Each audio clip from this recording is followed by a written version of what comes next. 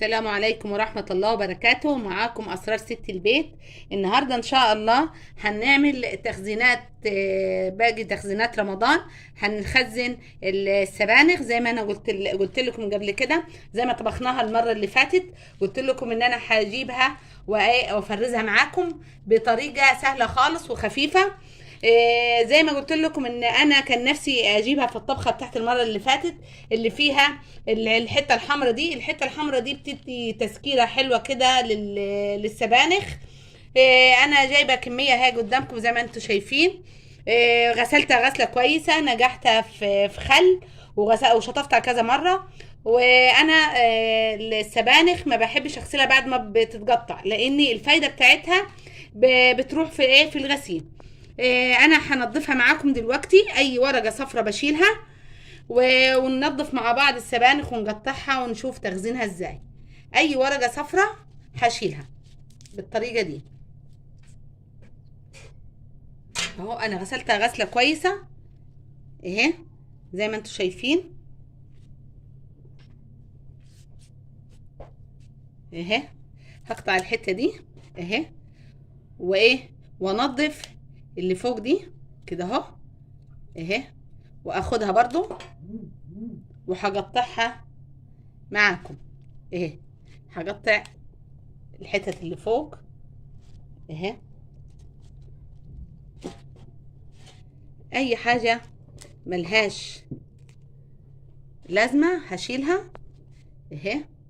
ورقة صفراء، الفرع التخين اللي زي كده، بصي تكسري فيه كده اهو، تقطعيه يعني اهو بالطريقة دي. في ورقة مش كويسة اهي، وتاخدي الحتة الحمراء بتاعتنا اللي انا قلت لكم عليها اهي، وترمي الباقي وتحطيها هنا اهو عشان تقطعيها مع السبانخ. بتنضفيها كويس كده اهو من اي حاجه فيها اهي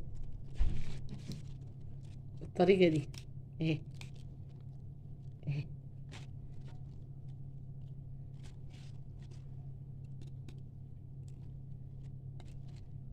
ولازم تجيبيها السبانخ الصغيره، ما تجيبيش السبانخ الطويله، لان هي دي اللي بتدي الطعم الحلو.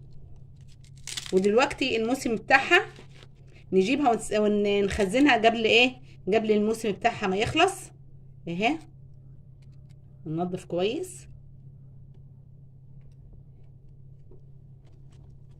وهبتدي انضفهم كلهم، بعد كده نرجع نقطعهم مع بعض. ونضفت شويه من السبانخ اللي هقطعهم قدامكم اهو بالطريقه دي اهي اهي. شايفين اهي، تقطعوها حتت صغيره كده اهي.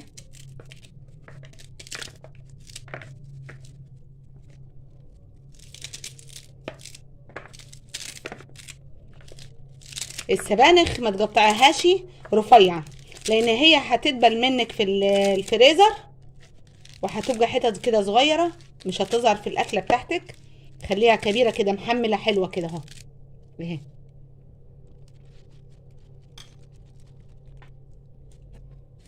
اهي.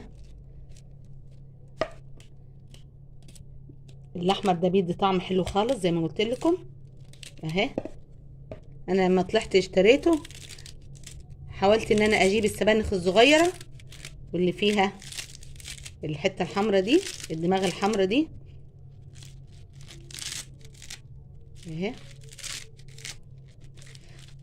زي بعض منظر ايدي محروقه في الصابع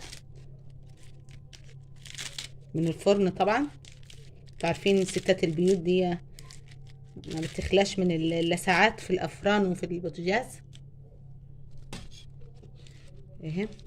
وغسلت معاهم خضره، غسلت كزبره وبقدونس وشبت، وهقطع فوقيهم برضو الشبت والبقدونس والكزبره. بس البقدونس ما تحطش كتير منه، تحط شبت وكزبره هو اللي تكتري منه اهي بالطريقه دي. وهكمل الكميه وبعد كده ارجع لكم تاني.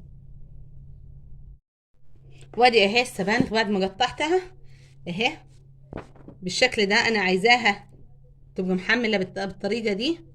ومعايا هنا الكزبره وهنا الشبت. هنحط في كل كيس شويه شبت وشويه كزبره مع ايه، مع السبانخ. انت تعرف الطبخه بتاعتك بتاخد الكميه اللي انت عارفاها. اهي مليت الكيس اهو. طبعا الكميه دي هتبقى صغيرين خالص، انت هتعرفي الكد الطبخه بتاعتك. وهحط عليها شويه كزبره وشويه شبت بالطريقه دي. وبعد كده تضغطي عليها خالص تطلعي ايه كل الهواء اللي فيها. انا ما بحطهاش على بخار ولا بحطها في ميه وبطلعها، انا بخزنها كده وبتطلع خضره حلوه خالص. وبعد كده هنعملها مع بعض ونشوفها. هطلع لكم كيس من اللي انا مخزناه ونشوفها مع بعض. اهي شايفين بالطريقه دي. هي بتاخد وقت في التنظيف والغسيل، لان بيبقى فيها تراب عند الدماغ بتاعتها من فوق كده او وسط الورق، بيبقى فيها حاجات مش كويسه. لازم تنقعيها شويه في الخل وتنظفيها من الاوراق زي ما وريتكم اهي. وتحط شويه من الاحمر اللي احنا قلنا عليه ده بالطريقه دي اهي. شويه كزبره. وقلنا ايه ما يتحطش البقدونس. عايزه تحطي حطي شويه قليلين خالص، بس انا ايه ما بحبش طعم البقدونس فيه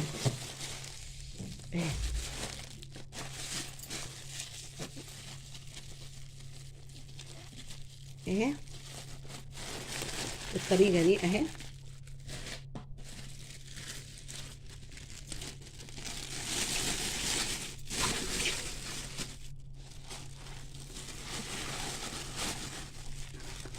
بالطريقه دي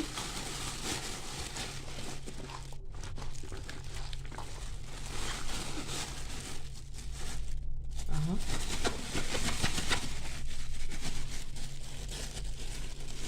والبقدونس والكزبره انا طبعا هفرزهم، اللي هيفضل هفرزه.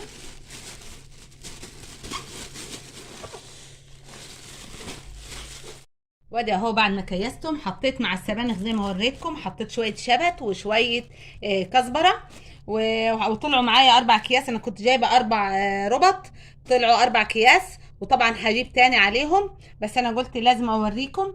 جبت طبعا الستيكر اللي بيتكتب عليه ده اهو، كتبت عليهم. وهنا برضو كيست باقي الشبت والكزبره والبقدونس، كيستهم في الكياس كده اهو. لان بيجي في رمضان كده بيختفي الخضره ما بلقاهاش، بحطها طبعا على اي حاجه بعملها وببقى محتاجاها، بتطلع حلوه خالص معايا. عملت كيسين كزبره وكيسين بقدونس وكيس شبت، وبرده ان شاء الله هجيب وراح اوريكم ازاي بنشفه، وهوريكم الطريقه. وان شاء الله يكون عجبكم الفيديو. والسلام عليكم ورحمه الله وبركاته.